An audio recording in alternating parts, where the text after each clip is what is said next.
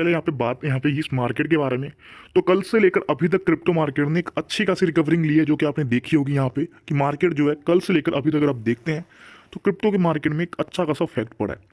Fact कैसे पड़ा, जैसे आप यहाँ पे देख सकते हैं मार्केट टोटल जो हमारा यहाँ पे, मैं रिफ्रेश करता हूँ, आप देख सकते हैं यहाँ पे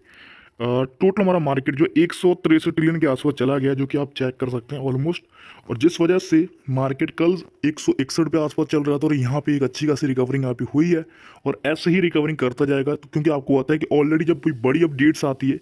तो एक प्राइस पे फैक्ट पड़ता है। तो सेम हमारा यहाँ पे देखना आपको मिला, रशिया ने कुछ करा और उसके साथ और भी चाइना वगैरह वगैरह हो गया। सब ने जो जो करा, जिस वजह से आपने प्राइस पे देखा कि एक अच्छा खासा फैक्ट पड़ा है। तो अभी हम बात करते हैं कुछ अपडेट्स के बारे में जो कि निकल के आ रही है आरबीआई की तरफ से,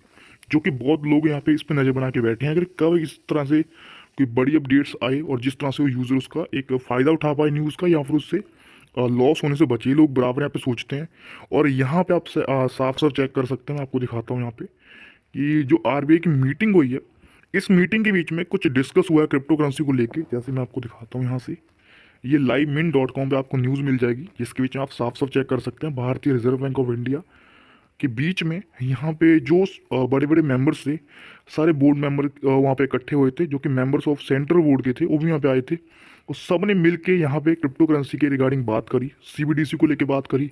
और यहाँ पे जो भी डिस्कस किया गया, जिसके बीच में लोगों ने कुछ पॉजिटिव बातें बोली हैं, कुछ लोगों ने नेगेटिव बातें बोली हैं। जिसके बीच में कुछ कुछ लोगों का कहना था कि यहाँ पे इसको रेगुलेशन के बीच में लाया जाए, ये डिजिटली चीज़ है, ये सही तरीके से यूज़ की जा सकती है। और यहीं पे कुछ कर्मचारियों ने ये भी बात बोली है कि क्रिप्टो करेंसी जो है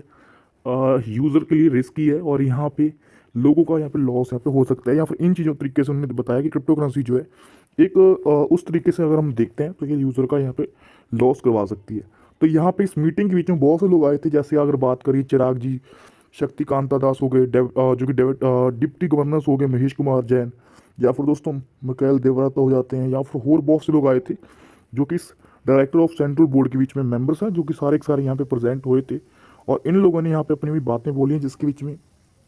कुछ सर्वे की बातें भी हुई, जैसे कि पूरे इंटरनेशनल के बीच में बात करिए, जो कि क्रिप्टो करेंसी को लेकर बातें हो रही हैं। तो पूरे वर्ल्ड की टेक्नोलॉजी को देखा गया, समझा गया। और इसके बाद कुछ बातें यहाँ पे बिटकॉइन की रिगार्डिंग उठाई गई, लोकसभा में डिस्कस हुआ, जो कि निर्मला सीतारमन जी ने अपनी बातों को डिस्कस करा था कुछ अक्टूबर मंथ के आसपास, उन चीज़ों को डिस्कस करा गया। यानी मिला जुला के बात करिए, सब जगह से बात करी गई है।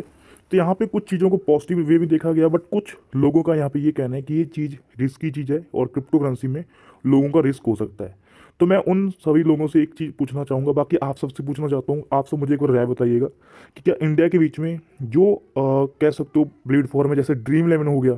या फिर कोई दूसरे प्लेटफॉर्म हो गए,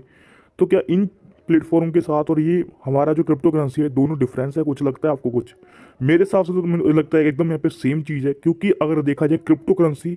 यहाँ पे ड्रीम इलेवन वगैरह से ज़्यादा सेफ है। फॉर एग्जांपल इसमें हम अगर कोई कॉइन में पैसा लगा रहे हैं, अगर मैं आपको थोड़ा सा यहाँ पे दिखाऊं दोनों में पार्ट करके, आप ये देखो। फॉर एग्जांपल मान लिया कि यहाँ पे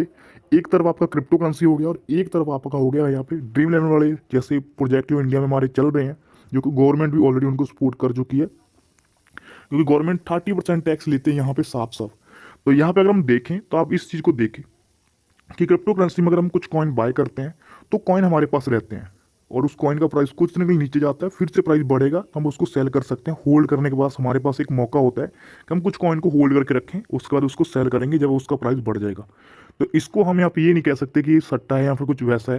पर यहाँ पे हम ड्रीम इलेवन अगर मान लीजिए कि कोई टीम बनाई हमने और हमने बोल दिया कि भाई अब इंडिया के मैच के बीच में बात करिए तो हमारा इंडिया जो है इतने रनों से आगे बढ़ सकता है, तो यहाँ पे हमने प्रेडिक्ट कर दिया। तो कहीं ना कहीं अगर आप देखेंगे तो प्रेडिक्ट 110% है कि मैक्सिमम यूज़र यहाँ पे फेल होंगे। तुक्का होता है कि 10 से 20 बंदे ऐसे हैं जो कि यहाँ पे पास करेंगे, बाकी सारे के सारे बंदे लॉस करेंगे। हाँ, ये अलग बात है कि लोगों का पैसा 30 रुपये, 40 रुपये, 50 रुपये लगा होता है, तो कहीं ना कहीं देखा जाए तो एक बहुत बड़ा नंबर होता है। लाखों लोग, करोड़ों लोग लगाते हैं पैसे। तो कहीं ना कहीं अगर आप देखोगे, चीज़ों को समझोगे कि यार गवर्नमेंट अगर उन चीज़ों को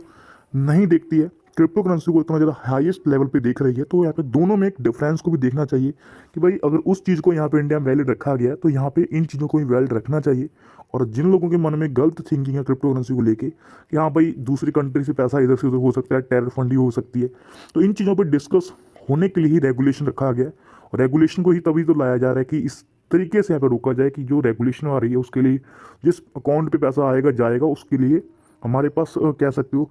KYC बराबर होनी चाहिए जिस तरह से हम उसको यूज़ कर सकें। तो ये कुछ